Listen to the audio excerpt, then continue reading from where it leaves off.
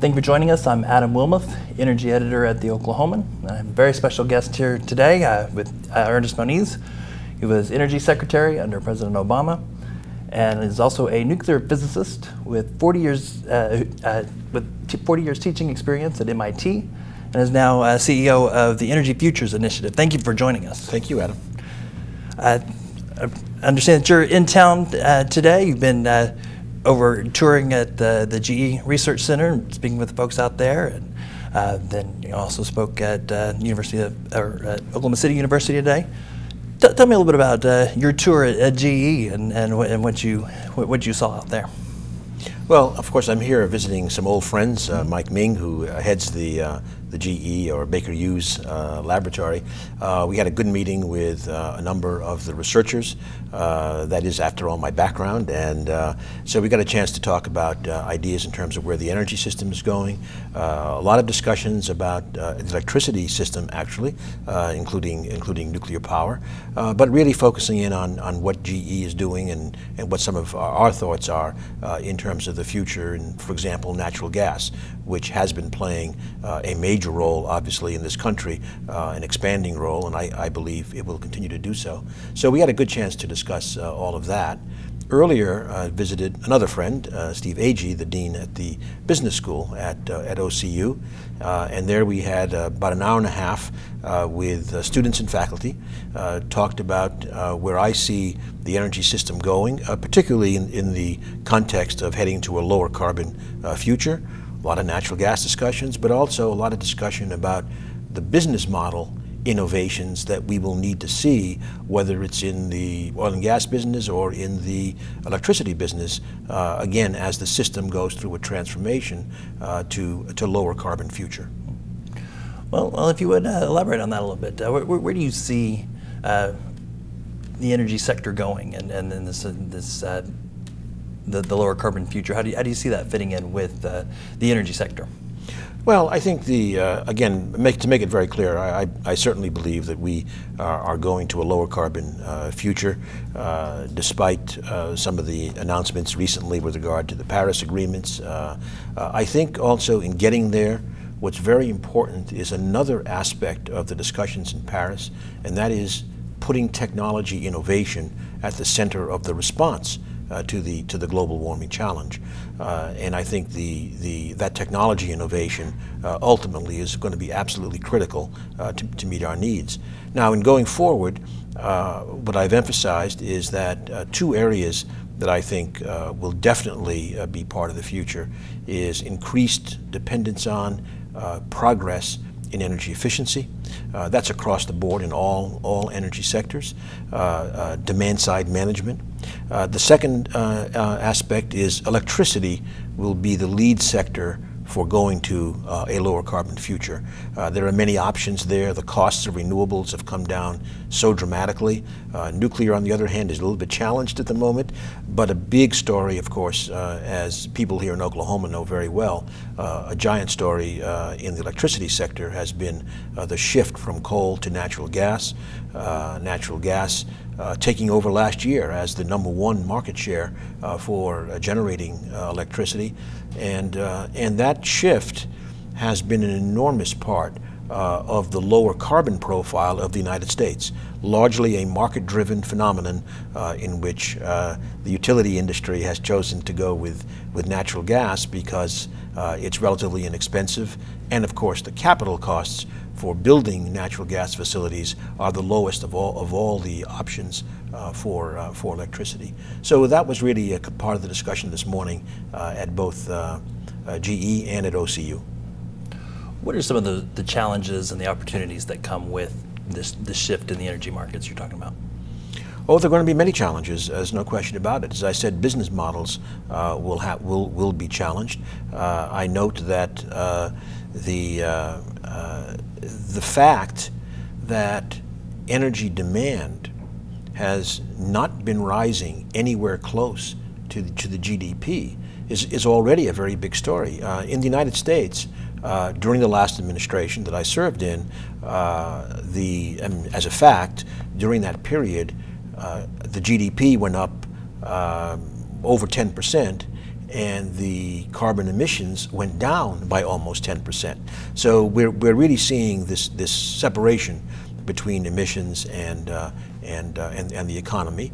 That's one point. But then, if demand is not going up, that's already a challenge for traditional business models, where the expanding pie is part of capturing value for companies. So that's one challenge. Another is the shifting mix of fuels and technologies. I like to repeat the statement that the Shell CEO has made several times. We make money, not barrels. In other words, certainly given whatever the rules are, that's a company that's going to provide energy services to consumers. And so that is a shift.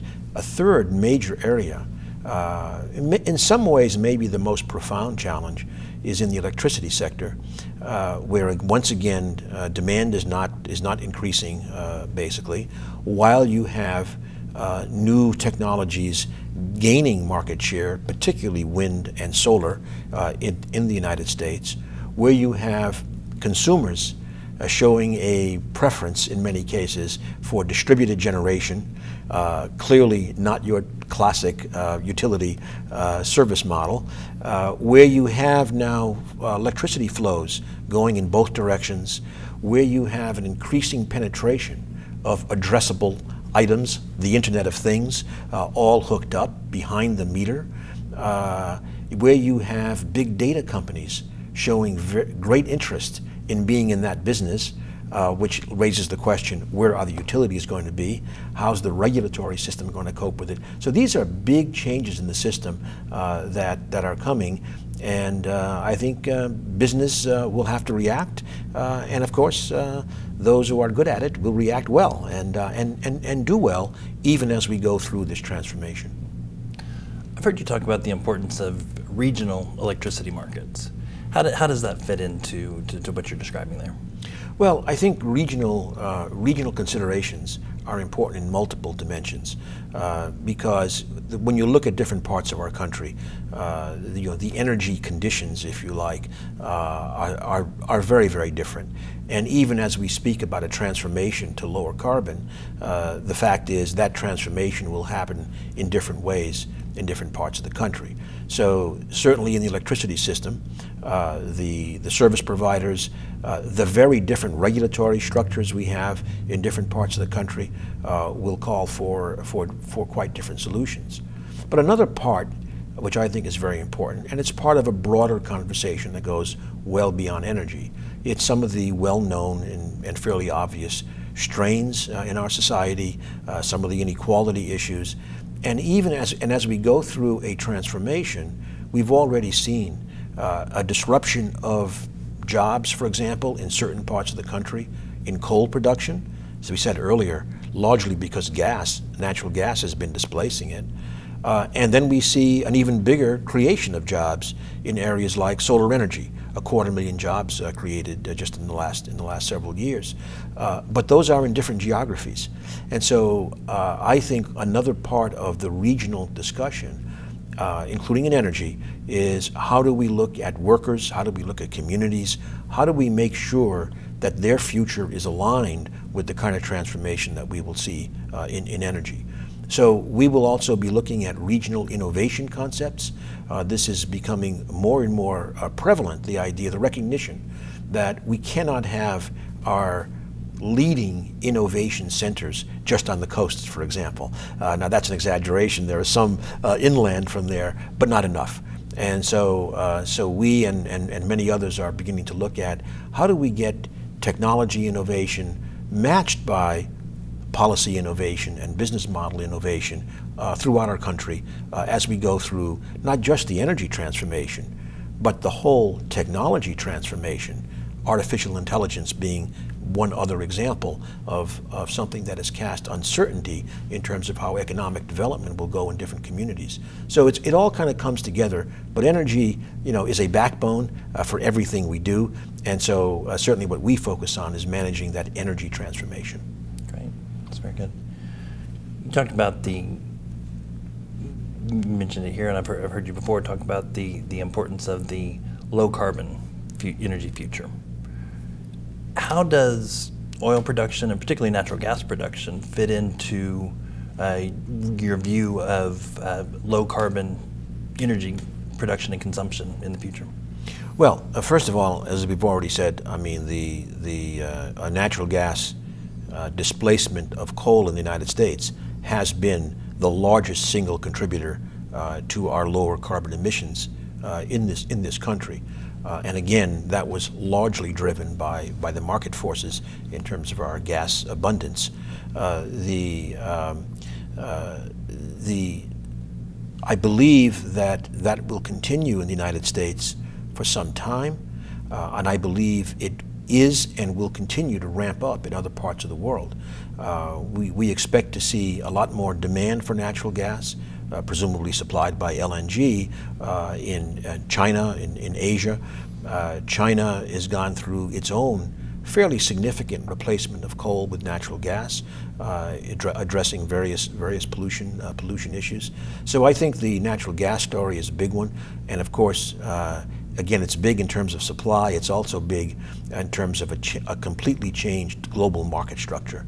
The markets don't look anything like they did just 5 years ago because of LNG. And in the United States, of course, we will be seeing a lot more LNG export ramping up over these next years. With oil, in the United States, we should start out by noting that we have, of course, we are producing much more oil than we have. We're almost up to the historic peak. I think now we're at about 9.5 million barrels a day, which is probably 4 to 5 million barrels more than it was, say, a decade ago, or even less time, 7 or 8 years ago. That continues. We are a major exporter now of oil products, but we should not forget we are still a net importer of 4.5 to 5 million barrels a day. Crude oil is about 7.5 million barrels alone right now. So we are still a net importer of oil, and a very substantial one.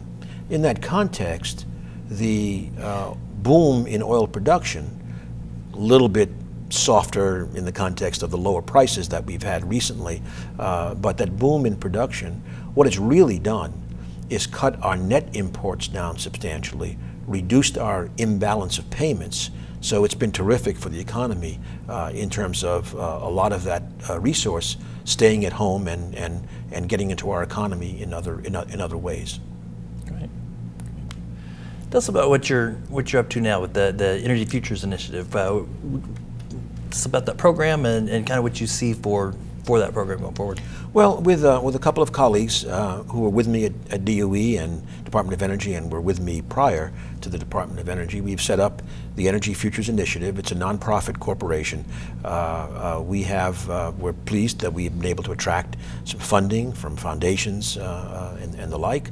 For example, we will be spending a lot of time on the electricity system of the future. Partly it's for the low carbon transition that we've already discussed, but in addition there are all the business models questions that I described earlier. There are cybersecurity questions. There are serious questions of re-examining the regulatory structures and the regulatory seams that we have in our system, particularly between the so-called bulk power system and the distribution systems. And now I would add the additional seam of going behind the meter into the home with all these smart energy devices. So that's one area that we will devote a lot of time to.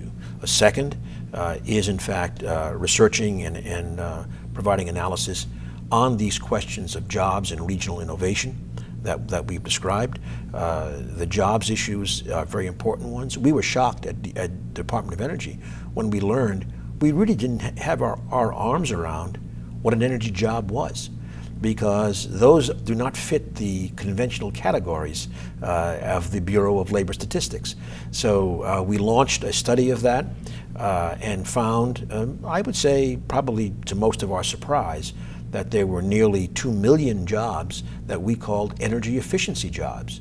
But most of them were being called construction jobs. working on homes to, to improve energy efficiency. So jobs and the regional innovation agenda, how to use the assets of specific regions to stimulate a local innovation economy will be, again, another focus for us. Finally, we will be looking at an area that we call deep decarbonization. If one looks, quite a bit more into the future, well beyond the horizon of the Paris Agreement, let's say the mid-century and beyond, I believe that we are going to be faced with the issue, certainly in the industrialized countries, of going to much deeper levels of decarbonization than we have committed to in the Paris Agreement. So the question is, how do we get there? We will be looking at the R&D agenda. How do we look not only at engineered solutions, but at biological solutions, using land masses, for example, to absorb more carbon.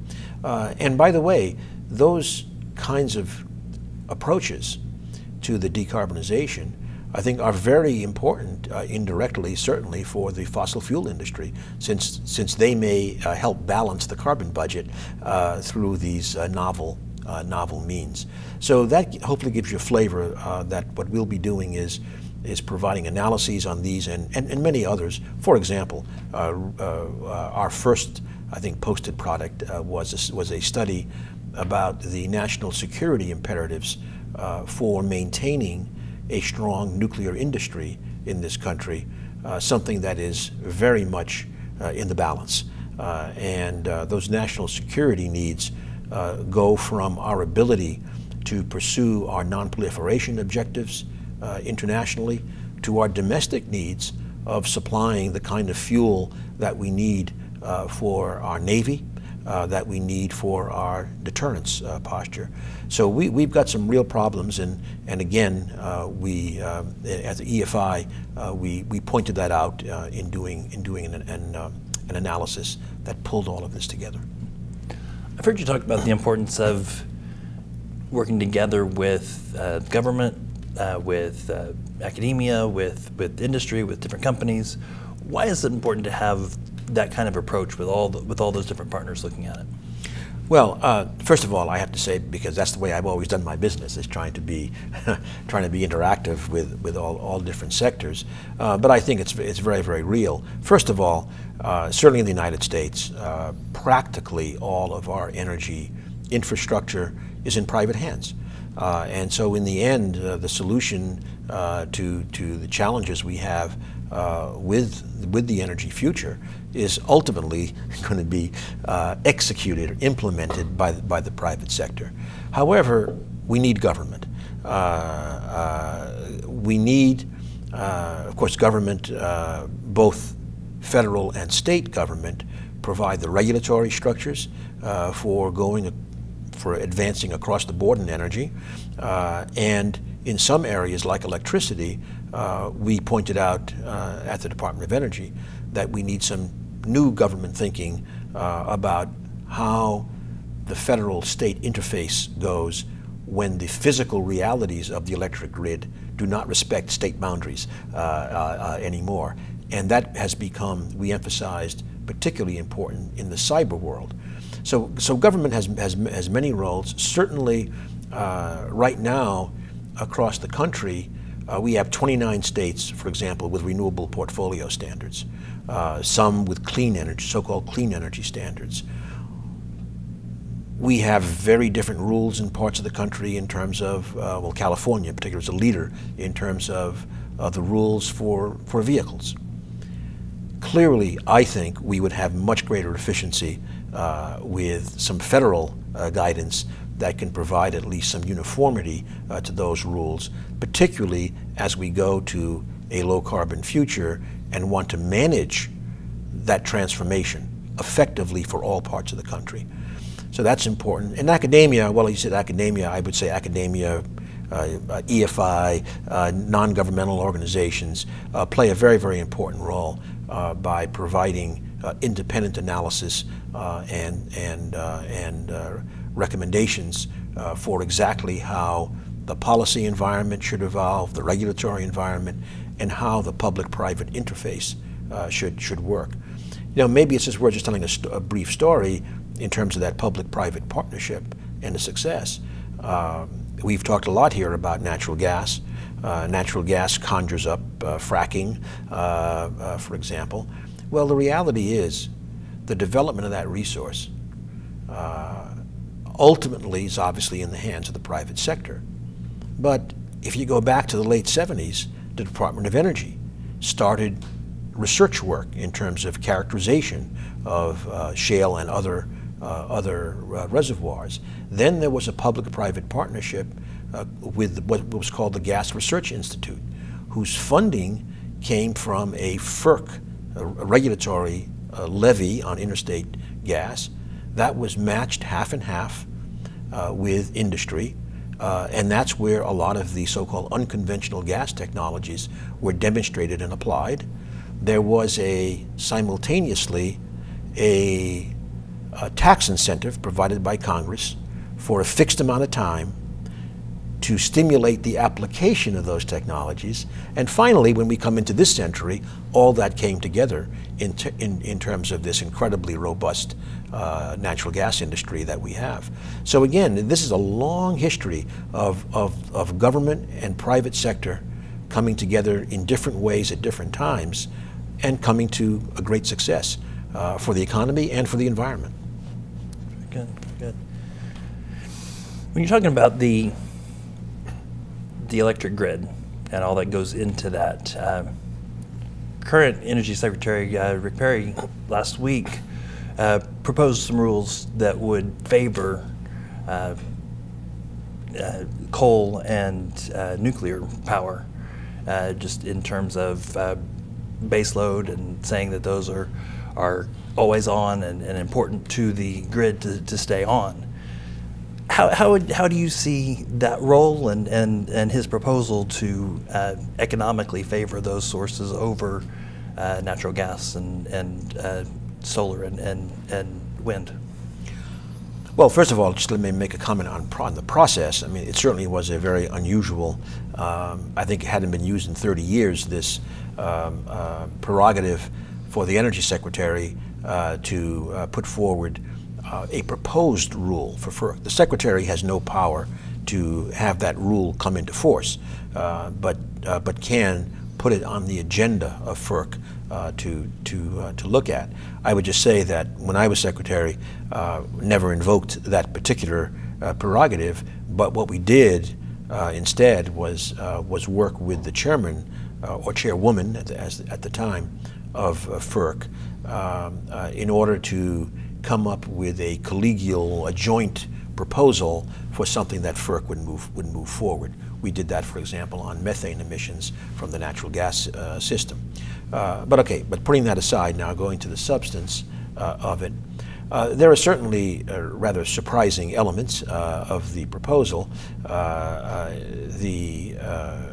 its core, the key will be how the judgment is made about the need for reliability of the system to have these sources with so-called on-site fuel supply.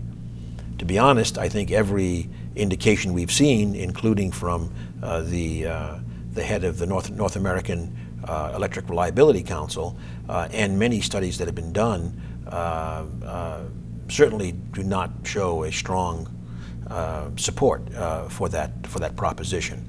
Ultimately, FERC will have to decide that through the public hearings process and the input, which of course then comes to a second part of the proposal, which FERC will definitely find problematical, and that was the time frame that the Secretary asked for is very, very short. It's very hard to see how FERC can adequately collect information from the private sector, from regulators, from others in that time frame, and come out with a considered opinion. So it remains to be seen. What I will say is that, and we pointed this out in something called the Quadrennial Energy Review that we developed at the department in the last term, there clearly are issues to be addressed in terms of how various contributions to an overall stable, effective economic electricity system is valued in how those things are valued in what people pay. Because there's a lot of characteristics. Capacity is one that has been addressed. Fuel diversity, you could imagine being one. What's the role of storage? You could go on and on and on with many factors that have not been historically really embedded in the rate structures. And so I think what Secretary Perry put forward, if nothing else, certainly may start that conversation going in a bit more with a bit more alacrity. We're about out of time, but for a state like Oklahoma that has a long history in the energy industry, long history in energy production, historically very much oil and natural gas, but we've got growing and fairly strong amount of wind. Enormous wind, right? Yeah, and how does a state like Oklahoma fit into this energy future that you're talking about? What should the state do? What should companies in the state do to prepare for that future? Well, look, I'm not going to answer certainly for individual companies, but first of all, as you've said, at a state level, natural gas and wind clearly have a major role as the electricity system evolves in this country and elsewhere. With oil, as I said, we still are major importers, and number one. And number two, while I am actually fairly bullish on the accelerated penetration of electric vehicles, the reality is electric vehicles are discussed primarily for cars, light-duty vehicles. A big part of the transportation system remains much more difficult to electrify, airplanes perhaps being the most clear example of that. And so there, I think in the long term, for decarbonizing, a lot of innovation is going to be needed to get replacements for fuels, possibly liquid fuels, maybe advanced biofuels, for example, another area where perhaps Oklahoma actually could have a major footprint as liquid fuels. But what's very clear is it's going to be about innovation. So I think it's about the companies and the universities in the state really being part of that leading edge of innovation to provide these alternatives. And that's again where I go back to the Shell CEO. The job of an energy company is to provide energy services through whichever way is called for, given the policy environment, and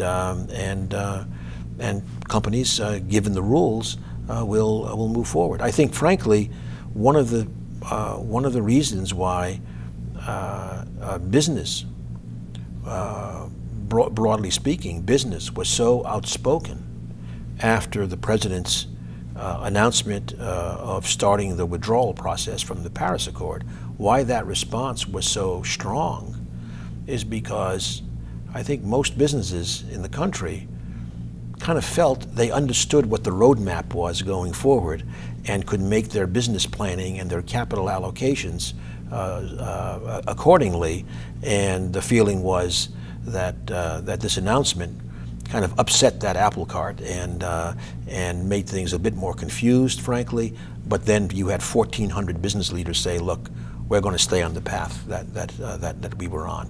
So I think that's just the reality, and I think the issue is to innovate in technology, innovate in business models, and compete in whatever is the evolving energy marketplace. Very good. Well, thank you very much for joining us today. Enjoyed our conversation. Enjoyed talking with you.